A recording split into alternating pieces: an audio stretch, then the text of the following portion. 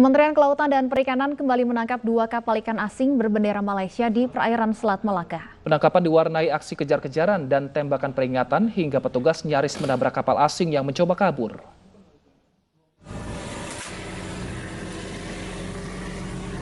Aksi kejar-kejaran mewarnai penangkapan 2 kapal ikan asing berbendera Malaysia yang berlayar di zona ekonomi eksklusif Indonesia di perairan Selat Malaka.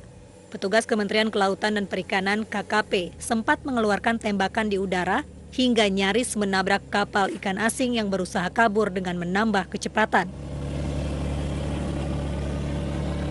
Kapal Hiu 03 milik petugas KKP berhasil menangkap KM JHF 4631B yang menangkap ikan di perairan Selat Malaka dengan alat tangkap terlarang jenis pukat trawl. Sementara kapal ikan asing berbendera Malaysia kedua, KM SLFA 4107 ditangkap oleh kapal pengawas perikanan Hiu 01. Bersama 2 kapal tersebut, petugas mengamankan 7 awak kapal, masing-masing 3 orang warga negara Malaysia dan 4 orang warga negara Myanmar. Kedua kapal dibawa menuju 2 lokasi, yaitu pangkalan PSDKP Batam dan stasiun PSDKP Belawan untuk diperiksa lebih lanjut. Dari Medan, Sumatera Utara, Yuda Bahar, iNews melaporkan. Presiden Joko Widodo resmi melantik Jenderal Pol Listio Sigit Prabowo sebagai Kapolri. Usai dilantik, Listio Sigit berjanji siap membantu pemerintah dalam penanganan pandemi COVID-19 di Indonesia.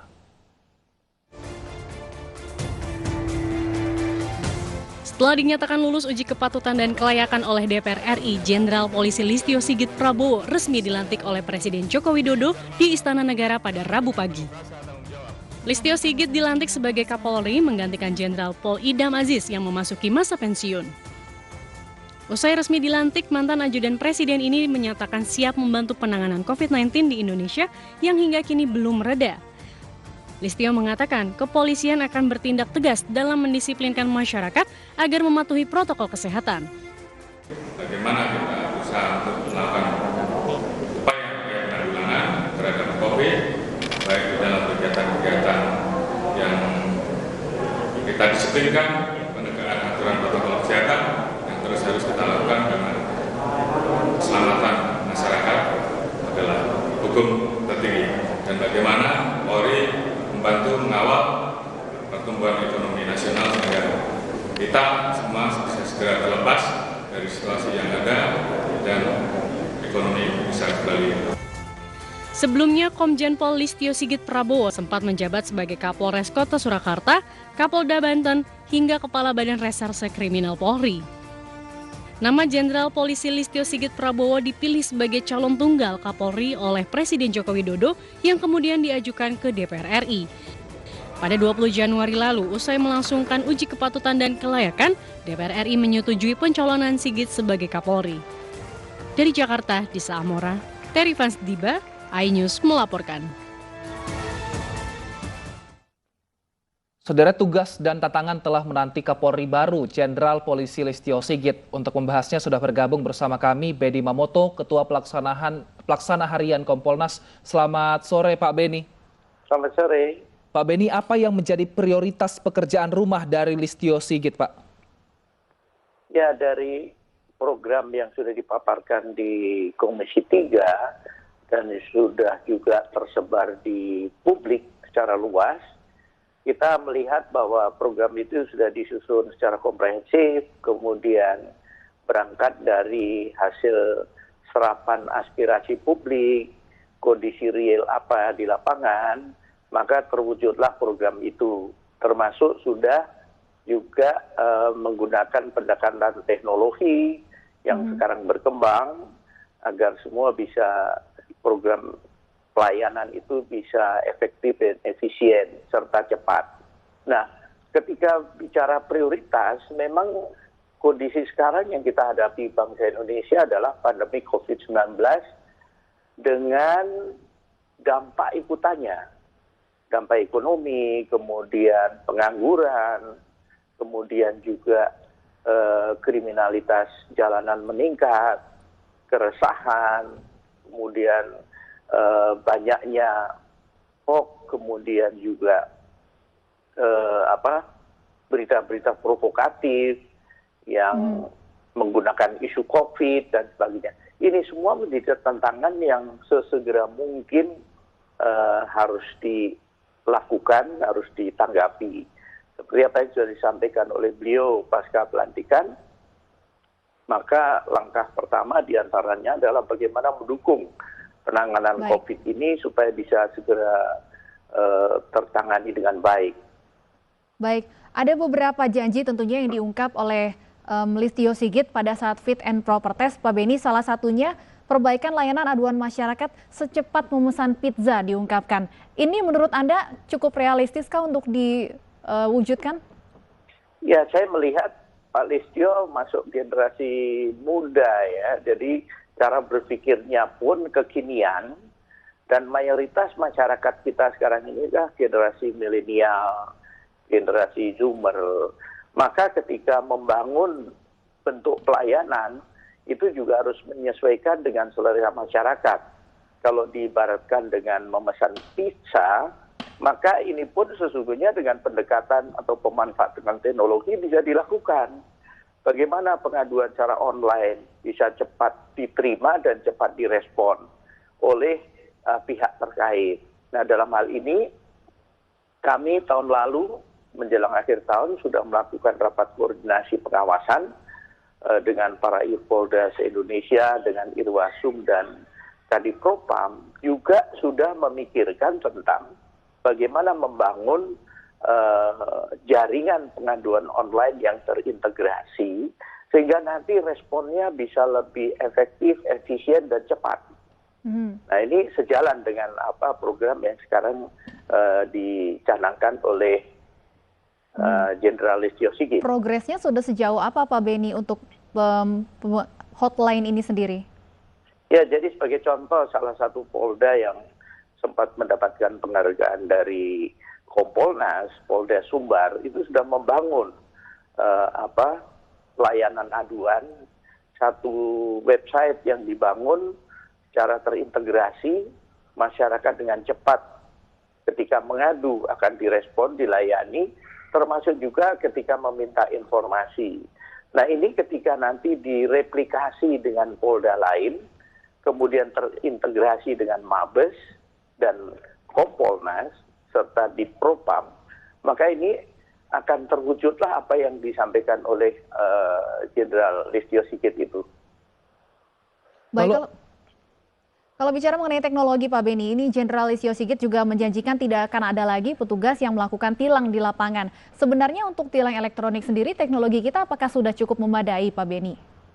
Jadi untuk tilang di jalanan, ini memang salah satu upaya untuk mencegah, meminimalisir terjadinya pelanggaran oleh oknum-oknum di lapangan, terjadinya transaksi suap dan sebagainya di lapangan, serta tindakan aparat yang berlebihan. Ini satu bentuk pelayanan masyarakat, maka digunakanlah pendekatan teknologi, tilang elektronik.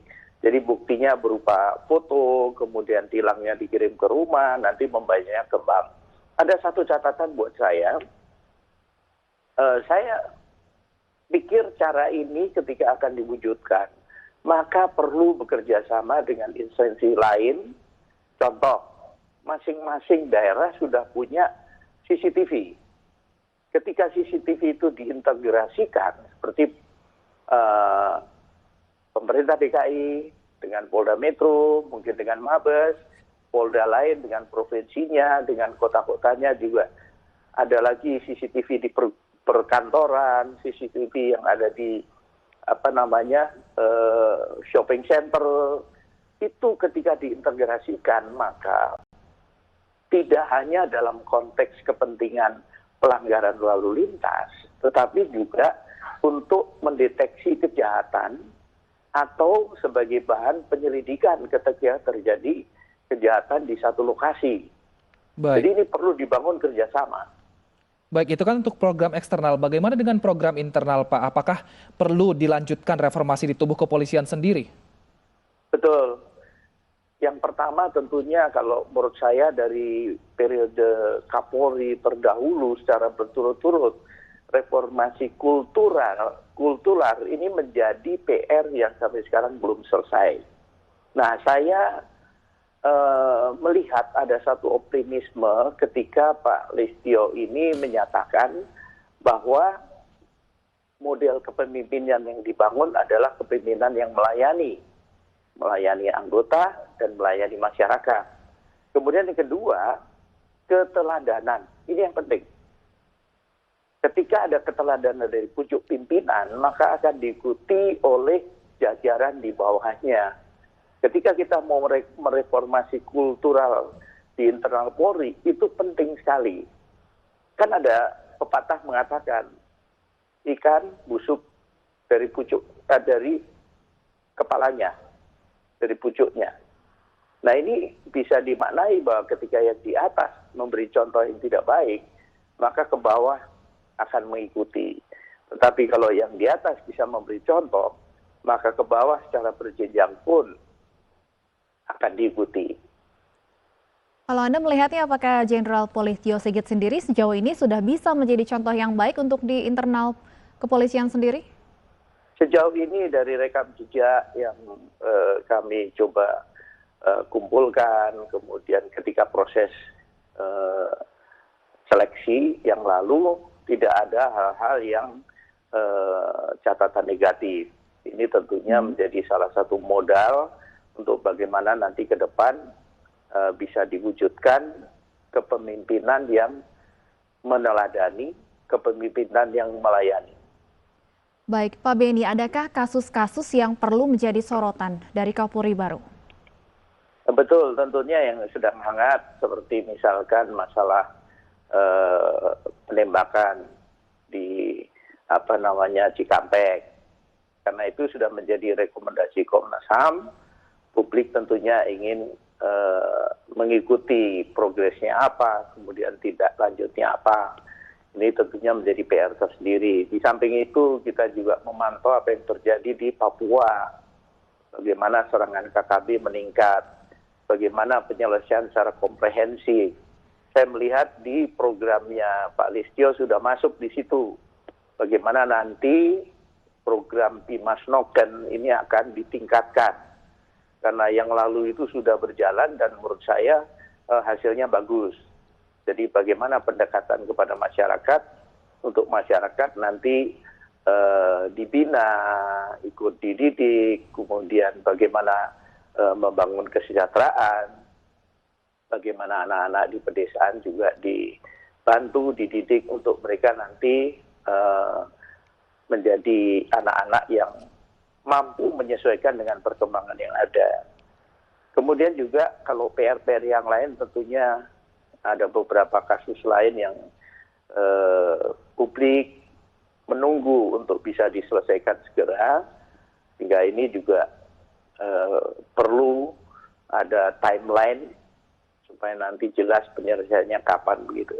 Baik, terima kasih Pak Beni Mamoto, Ketua Pelaksana Harian Kompolnas. Kita nantikan seperti apa nanti gebrakan dari Jenderal Listio Sigit yang baru saja dilantik oleh Presiden Joko Widodo. Terima kasih telah bergabung bersama kami di iNews Sore.